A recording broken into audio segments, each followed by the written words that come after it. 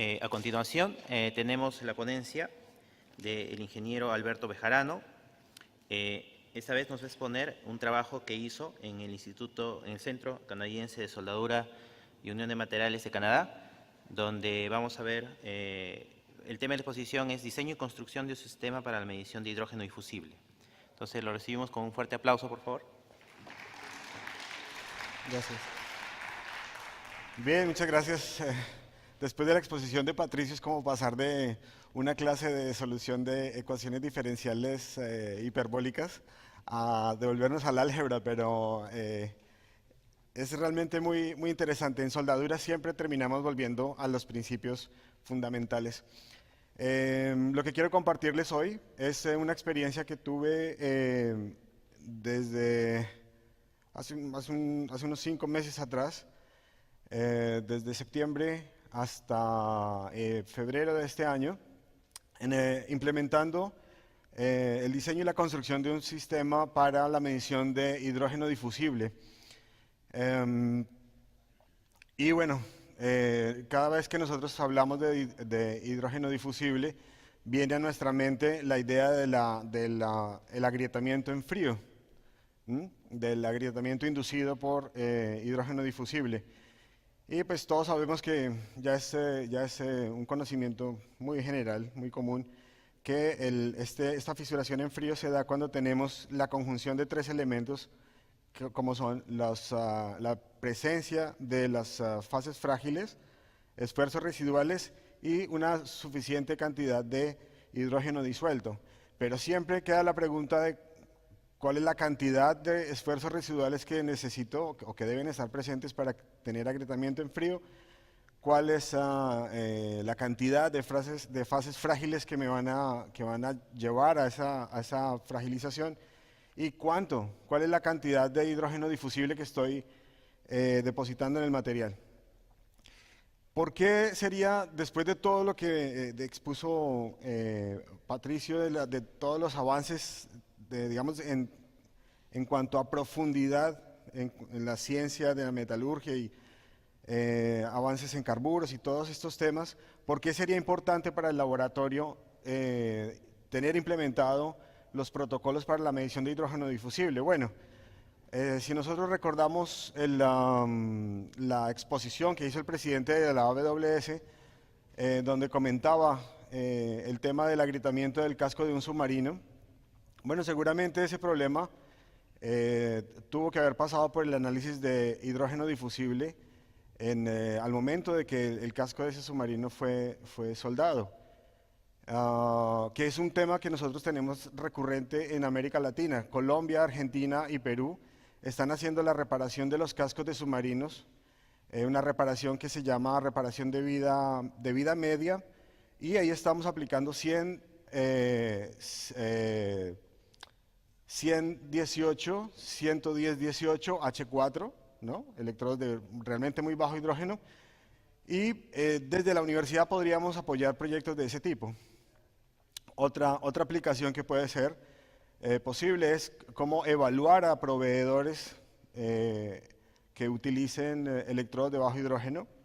Otra aplicación podría ser hacer estudios de cuál es la influencia de la temperatura de precalentamiento y cuál es la influencia de tratamientos térmicos post soldadura en la cantidad de hidrógeno difusible que se está aplicando en una junta soldada específica.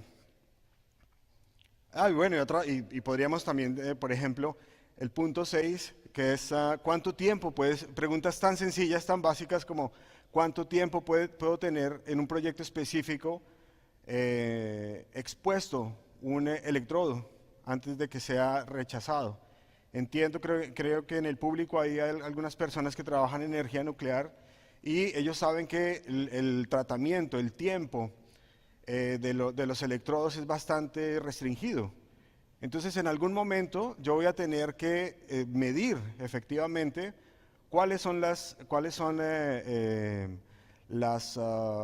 cuánto hidrógeno voy a terminar depositando con un material específico. Yo recuerdo hace unos 6, 8 meses atrás que una compañía acá en Perú tenía $250.000 en alambre tubular. Y bueno, nosotros tenemos acá una humedad relativa muy alta. Y la pregunta era, ¿será que ese alambre tubular puede salir al comercio o no? Seguimos haciéndonos preguntas muy básicas en soldadura. Y nosotros desde la universidad en este momento podríamos dar respuesta a ese tipo de preguntas. Obviamente, otra aplicación sería evaluar fundentes en arco sumergido o para arco sumergido, ¿cierto? Y bueno, los campos de aplicación son muy grandes. Entonces, básicamente tenemos en la industria dos métodos de medición o dos métodos propuestos por los códigos. Uno de ellos es el desplazamiento volumétrico de mercurio y otro, que es con el que estamos trabajando en la universidad, que es la conductividad térmica. Medir la conductividad térmica en un volumen específico. Y eso se puede reportar en dos unidades, mililitros de hidrógeno disuelto por cada 100 gramos depositados o en partes por millón. ¿Qué hicimos entonces? Tomamos estas dos normas de referencia que ustedes ven ahí, AWSA 4.3 e ISO 3690. ¿Por qué tomamos estas dos normas como referencia? Bueno, porque uno puede tener un cromatógrafo excelente, uno puede tener celdas de medición de conductividad térmica muy avanzadas, pero siempre va a tener al final del día que remitirse a una norma o un código o incluso ser capaz de desarrollar su propio estándar para la industria. Entonces estos dos nos resuelven estas dos normas nos resuelven 4 temas. Uno, nos indica cómo fabricar las probetas, es supremamente importante, cómo almacenar las probetas, cómo manejar las probetas previas a su ingreso al horno y una cosa fundamental, y es cuál es el tipo de prensa propuesta, en dónde voy a desarrollar esas probetas. Básicamente el tema es así de sencillo. Esta es la probeta que nosotros que está normalizada. Puede ser más grande, más corta, puede ser más ancha, etc. Los códigos nos indican eso, realmente son detalles muy irrelevantes en este momento, pero básicamente se trata de eso. Tengo 3 piezas. Una pieza es mi ring-on, donde empieza mi cordón. Perdón, estaremos acá. Tengo mi pieza central de la probeta, que es la que realmente me interesa, y una parte donde termino mi cordón, donde está presente mi cráter. Esta es la propuesta de la mesa, el dispositivo que propone AWS para la elaboración de estas probetas. Como se dan cuenta, perdón. Como se dan cuenta, es una cosa realmente muy sencilla, digamos, casi que primitiva, pero esa es la propuesta de AWS. Luego, si nos vamos a ISO ya tiene una propuesta en cuanto a diseño mucho más madura, mucho más detallada, pero hay una gran diferencia en cuanto a la propuesta del código y ya, digamos, a la implementación del sistema, ¿no? Digamos, las personas que estamos relacionadas con diseño de máquinas sabemos que siempre es más fácil diseñar que hacer funcionar. Entonces, pasar de esto al sistema final fue realmente muy interesante. Y bien, acá tenemos el sistema. Quiero detenerme acá un poco porque realmente es muy interesante. Lo primero que yo encontré cuando llegué a la Universidad de Alberta fue que este bloque ya estaba diseñado. Esa es la prensa que recibe las probetas, el sistema de 3 probetas para generar mi soldadura de prueba.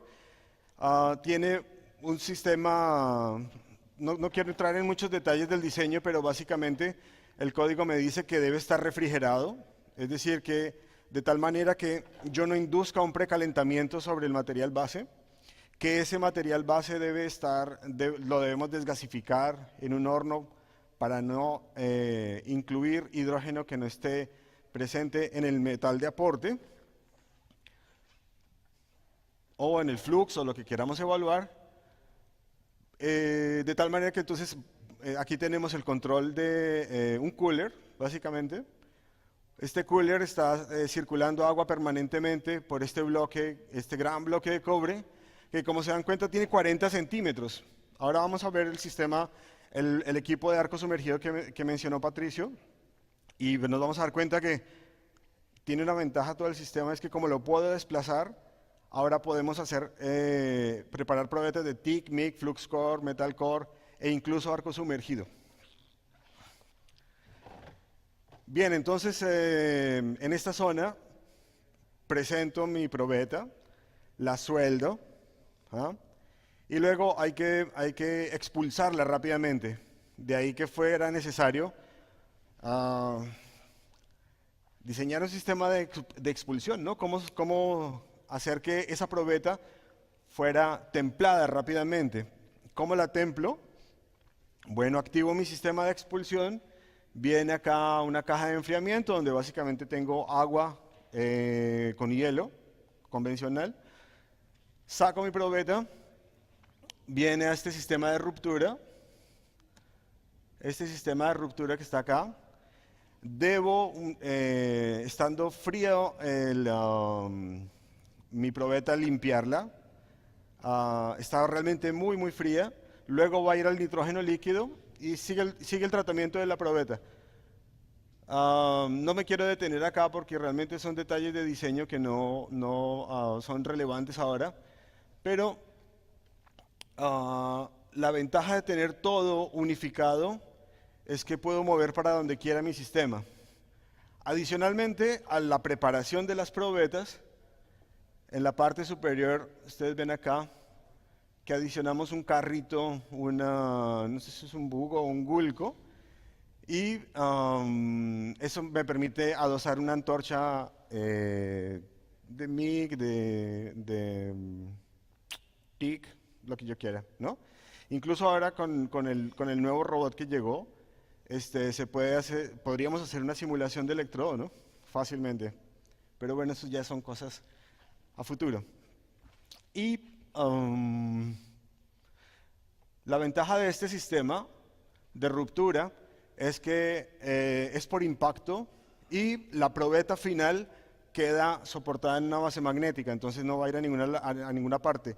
Y a cada lado hay dos canastas que reciben los extremos de la probeta que acaba de ser rota. Para que se hagan una idea, más o menos tenemos 30, 60 segundos entre un proceso y otro. Por eso todo debe estar súper organizado, súper limpio y debe hacerse entre dos personas. Prácticamente, esa sería una de las conclusiones que tengo para compartirles a ustedes. Ustedes pueden tener un gran equipo, súper calibrado, de última generación, pero la clave para la medición de hidrógeno es la limpieza de las probetas y la pulcritud en la preparación. Porque el equipo que tenemos en la universidad, por ejemplo, empieza a detectar hidrógeno desde 0.01 ppm. Luego, si ustedes tienen una pequeña muestra de aceite, si a alguien se le ocurrió lubricar el sistema con algo que sea distinto a grafito, o de repente ustedes limpiaron la probeta con metanol, quedó algo del metanol, va a quedar registrado en la medición y va a salir cualquier cosa. Entonces, esa es una de las conclusiones, la limpieza debe ser fundamental. Aquí está nuestro equipo de arco sumergido, que está montado en dos ejes, tiene un boom que nos permite desplazamientos tanto verticales como horizontales, así que podemos en este momento hacer evaluaciones de flux, por ejemplo, ¿no? Para arco sumergido. Bien, aquí está mi amigo Dimitri, que estaba de Ucrania, que estaba cargando un poco de fundente en el equipo.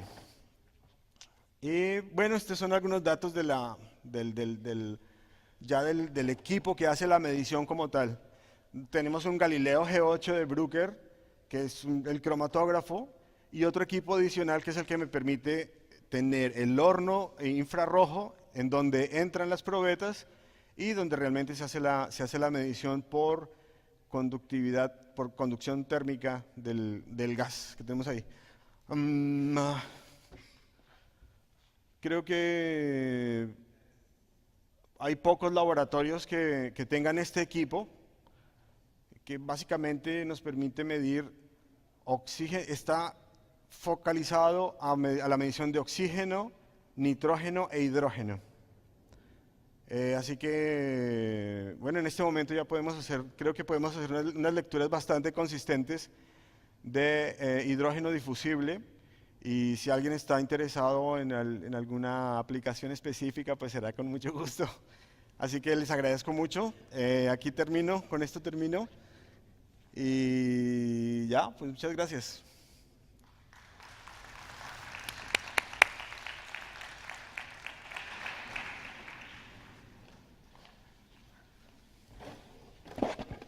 Muy bien.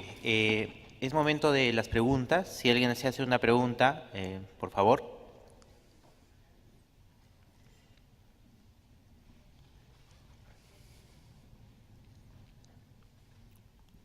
Muy bien. Al parecer no hay preguntas. En todo caso, el ingeniero también va a estar en el transcurso del día, me parece, por acá. Sí, sí. Entonces pueden hacerle alguna consulta. Muy bien. Damos nuevamente el agradecimiento al ingeniero José Alberto Bejarano por esta ponencia. Muchas gracias. Gracias. Ahora tendremos un pequeño receso de 4 minutos para poder hacer paso a la siguiente exposición.